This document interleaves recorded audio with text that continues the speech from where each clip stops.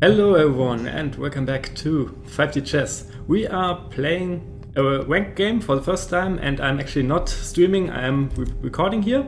We're playing against Polkit from the 5D Chess Discord. I actually haven't played this person before, might be a new player. And yeah, we're playing Reverse Royalty. Let's see what we could do here. Okay, so you went f4. Let's just go ahead and develop our knight here. What I really like about this mode, I probably said this a bunch of times, is that you have a lot of freedom about what you can do in the opening. Let's go ahead and play e6 here. Take away a square from the knight, and maybe just keep developing for now. This is a short timer game, so I figured people have gotten good enough at this game that you can kind of play a little bit quicker time controls. Which would lead to like a 20-minute game on average, right? Which seems fine. I'm also just noticing now, man, it's been a long time since I played this game, and I'm still like sort of getting used to the scrolling when you commit a move. But okay, let's see what's going on here. So he's gonna probably fianchetto his bishop. I think for now we can just keep developing maybe. Let's go here and maybe hit this knight a little bit. Might just bring up my common king a little bit later. Okay, he does fianchetto.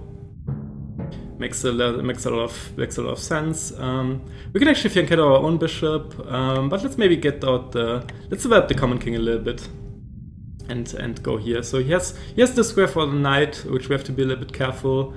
We can maybe sometimes take and go like knight here. If he goes like here, for example, maybe we can take the knight, bishop takes, and then go knight here, having a double attack on the bishop and the king. Probably gonna play like g6 next. Okay, and he does push, which makes sense. I don't think I want to take. Let's keep some material on the board here. Let's just drop back our bishop. And if we push this, we're gonna go all the way back to b6. Maybe I'm gonna play d5 next. Maybe d5 next, get the rook in. You could also maybe go like, this is a little bit of a soft spot for the knight here. If he goes bishop c4, I think we're gonna push d5, right? I mean, it's always a little bit scary with the thing, but okay. So if you take now, bishop takes, knight e4. This is hanging and the bishop is hit, but he can take here first. So maybe we can sort of prepare that a little bit. Maybe we can go like, let's play rook here and prepare that. So if now he plays bishop here, we can take the knight. Okay, he reduced it, so let's take here now. And at the end, I want to play knight here, and now we're hitting the pawn, we're hitting the bishop, and we have this point. We have g7 protected here by our rook, so there's no immediate kill shot. We still probably want to play d5 at some point. So we have to be a little bit careful always, of course. If he goes like bishop here, if he goes bishop e5, we're probably gonna play d6 first to kind of make sure there's no sacrifice here. As always, very calm with time travel move. But yeah, this is actually the first. This is the first ranked game I've played in a very long time. Wait, but now we can take here, right? Isn't this dangerous? I thought we can take here now, and this should be a bit scary if we get the face right. I still don't exactly know how to do a face, but maybe we can take, like, if you push now, I think it's too soon for the queen to be checking the queen, right? It might be best to go like, maybe it's even best to go like e5 to make sure there's no knight blockading, or we can just take the pawn. If we take the pawn, he's probably gonna go knight here. It's not entirely clear what we're achieving there. So he is probably going to block with the knight. He's gonna block with the knight eventually, and then maybe we have to be a little bit creative. But maybe we can go. Can we attack quicker somehow? So he's for sure gonna play like knight here next, right? To kind of block the diagonal. So maybe we can push like this, and then after knight goes here, we go g6. That's getting a little bit complicated. So if we go, so my idea is like f6, knight here, e5, and then the knight would be have to move again. But the problem is he might be able to take here twice, and we can't recapture the second time. That's a little bit annoying. We can also maybe just take here. Maybe that's a good move. Or we can push like this immediately, which could also be fun. Like this might not be the worst idea, right? Let's go for it.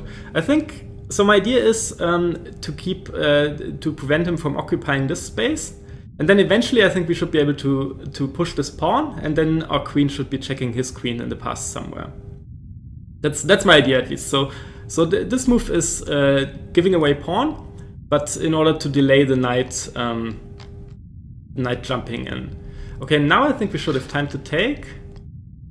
We have to time this correctly with the face. So it's like one move now. So it's gonna be on this board, upcoming board there, and then like 1, 2, 3 more moves. Okay, and he does go there. Let's take his knight, I guess. Yep, we're gonna take, because otherwise it's gonna be a little bit scary with him taking twice. Okay, now we have to time it. So if you do it now, it's 1, 2, 3. So still too early. Let's go ahead and we can move up the Comet King here maybe. Man, it's the first rank game in such a long time, and I already have to calculate the face. That's kind of amazing. For anyone who doesn't know, the face means that if you push the pawn, there's going to be a one hole move hole where you can actually check your opponent. But okay, let's go ahead and bring our king up a little bit for the time being. We have to be a little bit careful that there's no. We always have to be a little bit careful that there's no check on this diagonal. But okay, if we do it next turn, it's going to be 1 up, 2 up, 3 up, 4 up, 5 up. So still one too late. So I think we're going to do like one more move, and then we can maybe push our pawn, right? Maybe we can play d5 already here, but it does look a little bit suspicious. Like if we play, I have to calculate this now. We also have to be careful. Like if we push d5, we can actually take twice with his bishop, which is an issue. So if we're gonna do this, it should be d6. So we actually have to be mindful that we don't. That we don't get the incorrect face. Okay, but let's calculate this back one more time. So we have to go to this square, this square, this square. So one more move, 2 more moves, and then our queen can face. So I think we have to still make like one or two more moves. I think has to be correct here. Maybe we can sort of prepare it with like c6 and then d5 might be an idea. Just want to make sure that if I play d5 that there's no nonsense. But right now we're just threatening to capture. And I think I will capture this. It just seems kind of safe. It also takes away the opportunity for en passant. And I think after we take, we can maybe then push d5, right?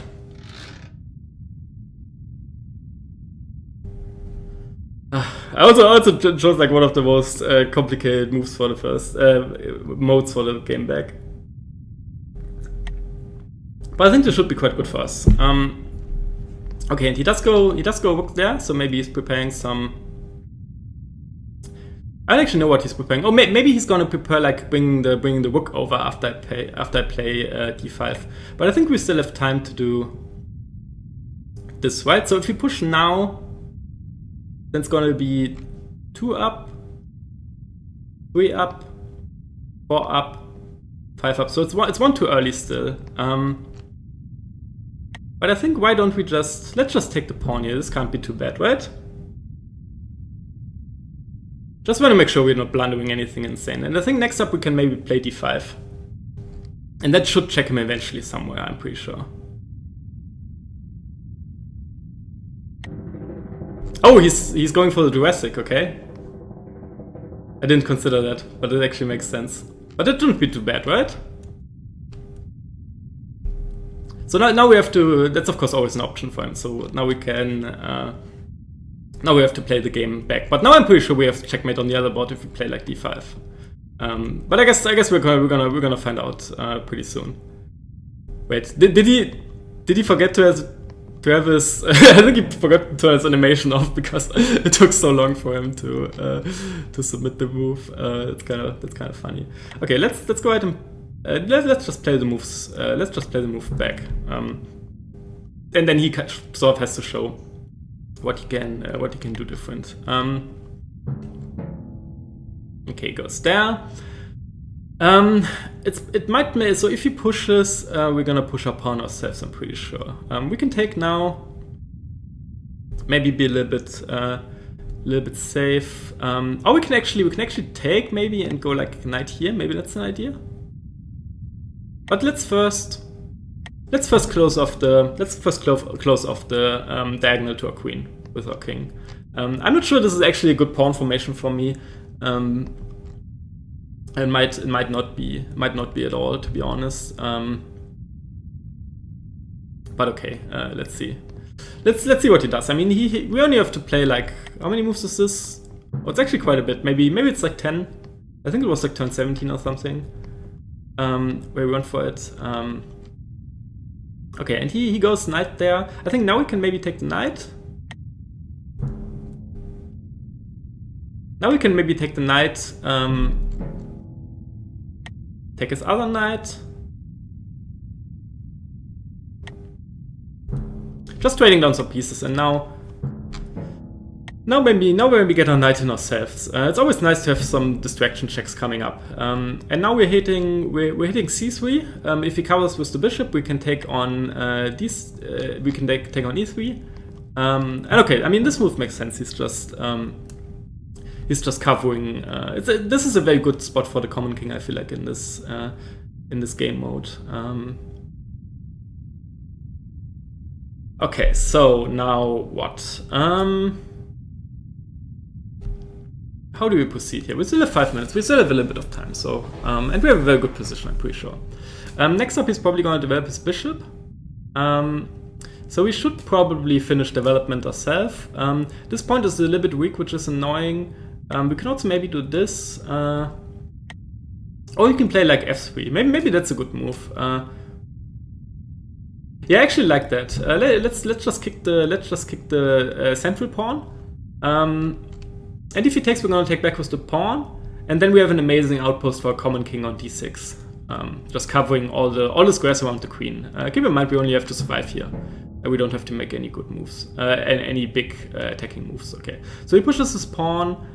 And he also gets ready to develop his bishop, but I think now we have an opportunity to maybe take here. If he takes a pawn, that's not an issue, I think. So let's maybe just take here, and next up maybe just get the common king in. We also have to. So the timeline is gonna catch up here pretty soon-ish. Okay, and he takes. Do we have any tricks here? Probably not. We can also play like these 3. This just feels like a very solid move to make here, because he is gonna develop his bishop eventually, and then the knight is kind of hit a little bit. So maybe we can just do this and then like the bishop, or we can maybe go like b5. B5 actually looks good. So b5, Bishop develops, and then we go bishop g7, b7. Sorry. Yeah, that looks good. Let's go for that. I don't think we're leaving open any diagonals to our queen. Okay, goes there with his rook. Interesting. So now he's hitting this pawn. We can bring on our common king maybe a little bit. He still can't really move like a lot of his stuff. We could also probably have taken here a while back, but we don't really need to do like aggressive moves. I think for now we're fine just defending. Let's do it like this actually. Let's do it like this because the king is kind of having a nice outpost defensive here already. Okay, and he does go there, but the timeline is almost caught up. I think now we can bring our king forward. Just keep everything protected. And then d5 is coming on this spot, I'm pretty sure. There shouldn't be a defense to this. I hope I didn't miscalculate when the queen is actually gonna check. But let's see. Okay, he does push in the center.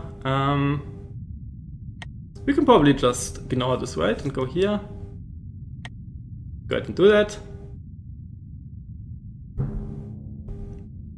And next up, I think d5 should be crushing here. Because then we're gonna travel to this square, this square, this square, this square, this square. Yeah, I think now is the time to push. I think now is the time to push. So let's take here and go d5 now. And I think after the next move, our queen should be checking his queen in the past.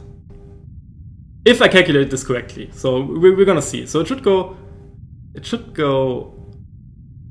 1 move back, 2 moves back, 3 moves back, 4 moves back, 5 moves back. Oh, actually, did we do it 1 too? I think we did it 1 too late. Actually, maybe we had d5 move earlier, and that's why I went for the Jurassic. Maybe we could have done this last move already. I'm gonna check after the game because I'm pretty sure we have checkmate coming up here if we play our cards right.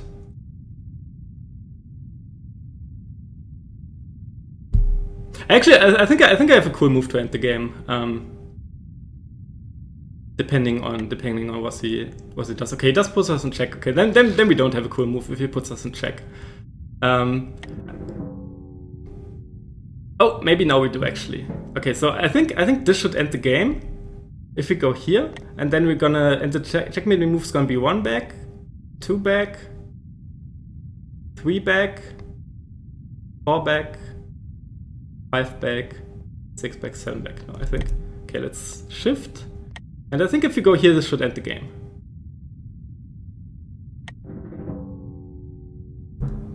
Yay, we got it.